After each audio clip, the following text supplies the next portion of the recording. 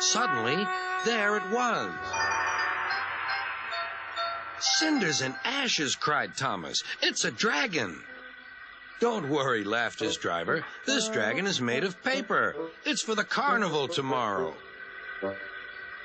Workmen lifted the dragon onto Thomas's low loader and put lights all round it for protection. Then Thomas set off into the misty night.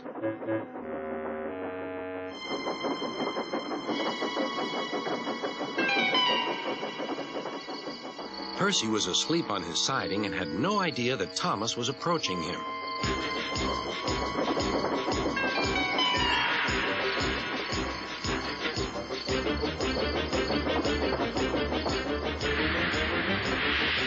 Percy woke up with a start. "Help!" cried Percy. "I'm not going to open my eyes until my driver comes." Next morning, the switches were mended and Percy puffed back to the junction. Gordon was just about to leave with the express. "You'll never guess what I saw last night." Gordon was in no mood for puzzles. "I'm a busy engine. I don't have time for your games. I've seen a huge dragon. It was covered in lights." Gordon snorted. "You've been in the sun too long. Your dome has cracked." When the other engines heard the news, they laughed too. "Look out, Percy," chuckled James, "or the dragon may gobble you up." "No one believes me," huffed Percy. "Maybe I did imagine the dragon after all." But Percy soon found out that he hadn't.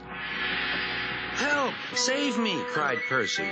"It's all right," whistled Thomas, and he explained about the carnival.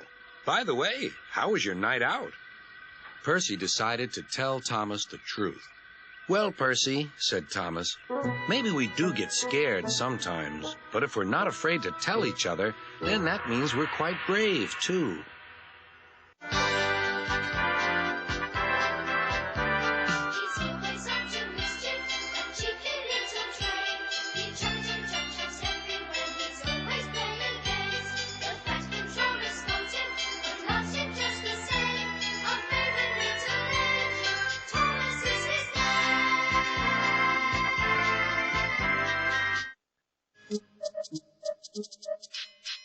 Every day, Sir Topham Hatt came to the station to catch his train.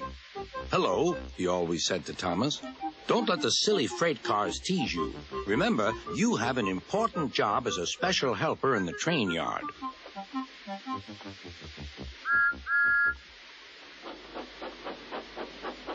There were lots of freight cars, and Thomas worked very hard pushing and pulling them into place. There was also a small coach and two strange things his driver called cranes. "That's the breakdown train," he told Thomas. "The cranes are for lifting heavy things like engines and coaches and freight cars." One day, Thomas was in the yard. Suddenly, he heard an engine whistling. "Help! Help!" A freight train came rushing through much too fast. The engine was James, and he was frightened. His brake blocks were on fire. "They're pushing me! They're pushing me!" he panted. On!" laughed the freight cars, still whistling, "Help! Help!" Poor James disappeared. "I'd like to teach those freight cars a lesson," said Thomas the tank engine. Soon came the alarm. "James is off the line! The breakdown train! Quickly!" Thomas was coupled on, and off they went.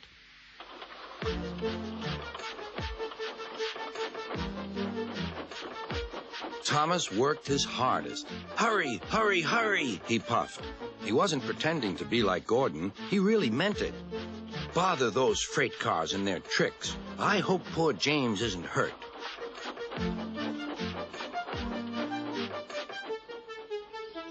James's driver and firemen were feeling him all over to see if he was hurt.